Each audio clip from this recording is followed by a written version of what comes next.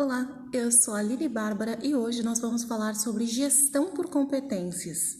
Afinal, o que são as competências e quando elas surgiram no universo da administração? Eu sei que você já deve ter uma boa noção do que são as competências, afinal, esse assunto tem sido tão falado nos últimos tempos. Mas e na administração? Na parte de gestão de pessoas?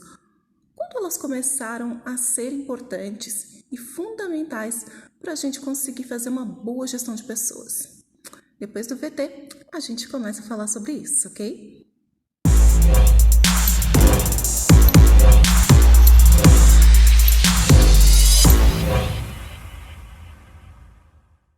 A palavra competência vem do latim competere, que é composta por com, que significa junto, e petere, disputar, procurar. Assim, originalmente, competência significava lutar com alguém ou procurar algo ao mesmo tempo que o outro. Com o tempo, o termo evoluiu para significar a capacidade de competir. Foi com a administração científica de Frederick Taylor, no final do século XIX e início do século XX, que o conceito de competência foi formalmente incorporado ao mundo do trabalho. Taylor começou a estudar como as pessoas realizavam seu trabalho. Seu foco era eliminar o desperdício. Por isso, um dos pontos que ele se preocupou foi com a produtividade. E como fazer com que as pessoas produzissem mais e sem desperdício. E a ferramenta que ele usou foi o cronômetro. Tudo era cronometrado para eliminar desperdícios de tempo e esforço. Aumentando a eficiência e produtividade dos colaboradores, assim surgiu o estudo de tempos e movimentos. Taylor defendia a busca pelo homem de primeira classe, ou seja, um trabalhador competente, motivado e capaz de realizar tarefas com rapidez e eficiência.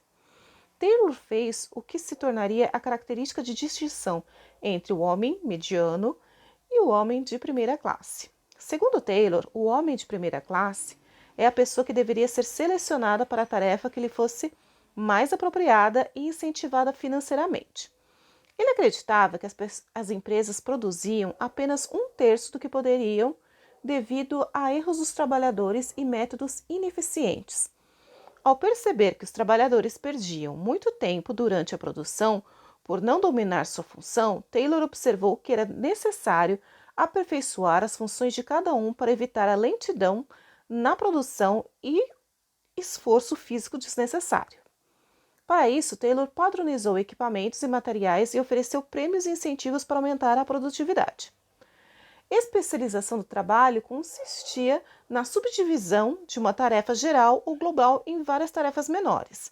Assim, ao invés de termos uma única pessoa responsável pela execução de uma tarefa do início ao fim, temos uma subdivisão dessa tarefa em número específico de etapas realizadas por várias pessoas, cada um com sua tarefa. Na produção de massa, as qualificações do trabalhador resumem-se ao conhecimento necessário para a execução de uma tarefa. A clássica atividade de apertar parafusos, parodiada por Charlie Chaplin no filme Tempos Modernos. Até meados do século XX, a especialização do trabalho era encarada como uma das melhores formas para se alcançar a produtividade. Porém, com o passar do tempo, o excesso de especialização acabou por afetar os trabalhadores, gerando tédio, fadiga, estresse, o que também acabou por afetar a qualidade da produção e a produtividade em si. Nos anos 1970, com a crise do petróleo e a necessidade de maior produtividade, o termo competência começou a ser usado para descrever a capacidade de realizar tarefas com eficiência e qualidade. Desde então, o interesse pelo tema só cresceu, com muitos pesquisadores investindo tempo e recursos para entender melhor o conceito.